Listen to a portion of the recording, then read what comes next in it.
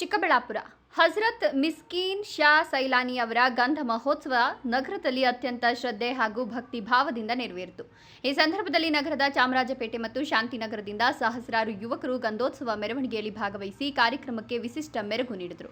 ಗಂಧೋತ್ಸವದ ಅಂಗವಾಗಿ ಶಾಂತಿನಗರ ತಮೀಂ ಪಾಷಾ ಅವರ ವತಿಯಿಂದ ದರ್ಗಾಗೆ ಚಾದರ್ ಸಮರ್ಪಣೆ ನೆರವೇರಿತು. ಮುಜಾಹಿದ್ ಪಾಷಾ ಅವರ ನೇತೃತ್ವದಲ್ಲಿ ಮೆರವಣಿಗೆಯ ಎಲ್ಲ ಸಿದ್ಧತೆಗಳನ್ನು ಅಚ್ಚುಕಟ್ಟಾಗಿ ಮಾಡಲಾಗಿತ್ತು.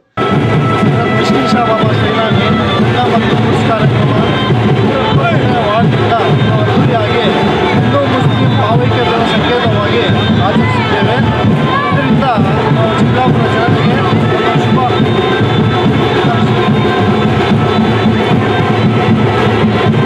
ಇದೇ ವೇಳೆ ಶಾಸಕ ಪ್ರದೀಪ್ ಈಶ್ವರ್ ತಮ್ಮ ಸಹೋದರ ಚೇತನ್ ಅವರೊಂದಿಗೆ ಆಗಮಿಸಿ ಮೆರವಣಿಗೆಗೆ ಚಾಲನೆ ನೀಡಿದರು.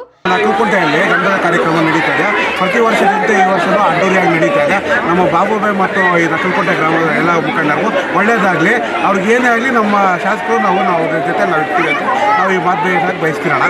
ಈ ಸಂದರ್ಭದಲ್ಲಿ ದೇವರ ಕೃಪೆ ಎಲ್ಲರ ಮೇಲೂ ಇರಲಿ ಅಂತ ಹಾರೈಸಿದರು.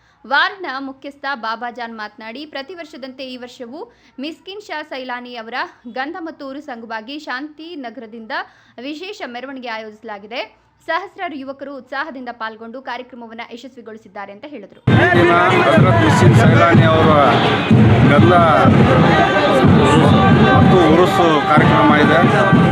ಹಾಗಾಗಿ ವರ್ಷ ನಾವು ಎಲ್ಲ ನಮ್ಮ ನಕಲ್ಕುಂಟೆಯಿಂದ ಯಾವ ಥರ ಮಾಡ್ತಾ ಇದ್ದೀವಿ. ಚಾಮರಾಜಪೇಟೆ ಮತ್ತು ಶಾಂತಿನಗರದ ಯುವಕರು ಭಕ್ತಿ ಭಾವದಿಂದ ಭಾಗವಹಿಸುತ್ತಿರುವುದು ಸಂತಸಕರ ವಿಷಯ. ಇದೇ ಸಂದರ್ಭದಲ್ಲಿ ಎಲ್ಲರಿಗೂ ಉರುಸ್ ಮತ್ತು ಗಂಧೋತ್ಸವದ ಶುಭಾಶಯಗಳು ಅಂತ ಹೇಳಿದರು.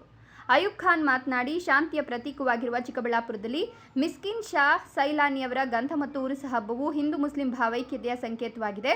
ನಮ್ಮ ನಡುವೆ ಇರುವ ಸಹೋದರತ್ವ ಇನ್ನಷ್ಟು ಬಲವಾಗಲಿ ಅಂತ ಆಶಿಸಿದರು. ಈ ವೇಳೆ ಶೇಖ್